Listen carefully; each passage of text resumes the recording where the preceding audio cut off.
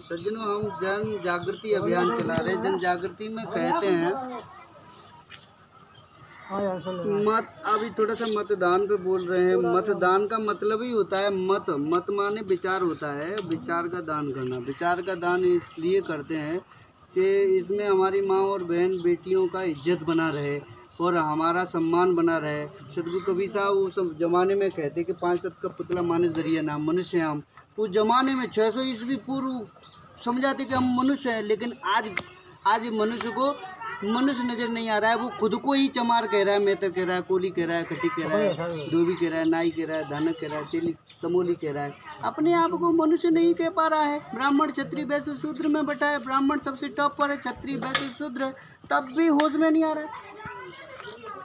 अरे हमारे देश में ऐसे महान महात्मा पैदा हुए हैं जो देखो सीएम मोदी मुख्यमंत्री रूप में, जो कि संतों ने राजनीति की कमान पकड़ना शुरू की, क्योंकि संतों को ऐसा लगा कि अब ये लोग गधे लोग शासन को नहीं चला पाएंगे। तो गधे लोग शासन को नहीं चला पाएंगे, इसलिए संतों ने कमान पकड़ी। संतों ने गृहस्थी को भी संचालित किया और संतों ने वृत्ति को भी संचालित किया।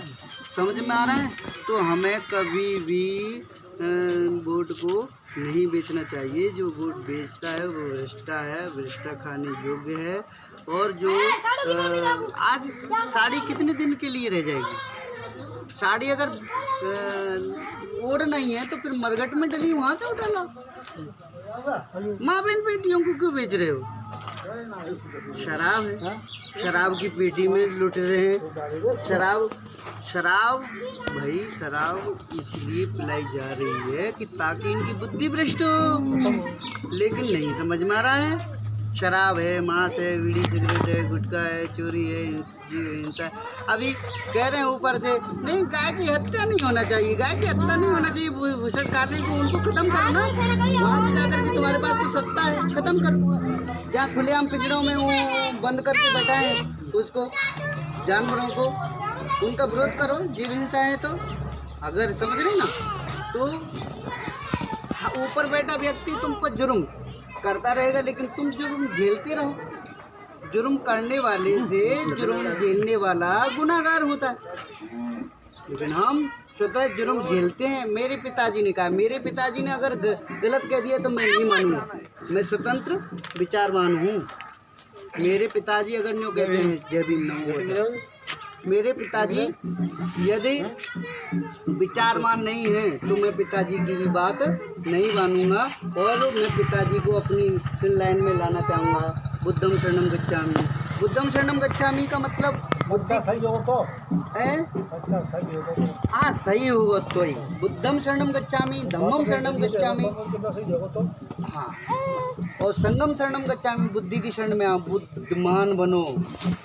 धम्मम शरणम, धम्म बनाओ, ऐसा जगह बनाओ जहाँ से बैठ के प्रवचन कर सके। संग बनाओ, ऐसा एक विशेष जाति के लिए नहीं कहा है कि विशेष चमार मेहतर कोली खटिक धोबी नाई के लिए कहा है, नहीं, विशेष सब ब्राह्मण के लिए भी कहा है। भगवान बुद्ध के सबसे पहले 5 ब्राह्मण शिष्य हुए थे। क्या लगता है आपको? धर्म को आगे फैलाने में ब्राह्मणों का ही हाथ है।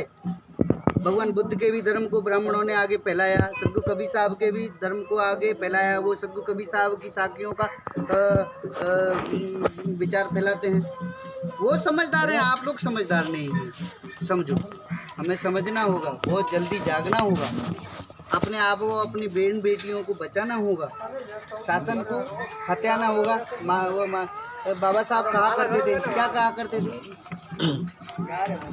कि मुझे पढ़े लिखे लोगों ने ही धोखा दिया है। पढ़े लिखे लोग बिच रहे हैं, बड़े लोग ही ऐसा काम कर रहे हैं। मैं कह रहा हूँ, मुझे देखे किसी ने दान सेवा दी है, वो बात अलग है, सेवा दी है वो बात अलग है, लेकिन अगर कहीं बिच रहा है उसमें तो वो गलत है। चाहे लाख हो चाहे लीक हो, है कि नहीं? तो हमें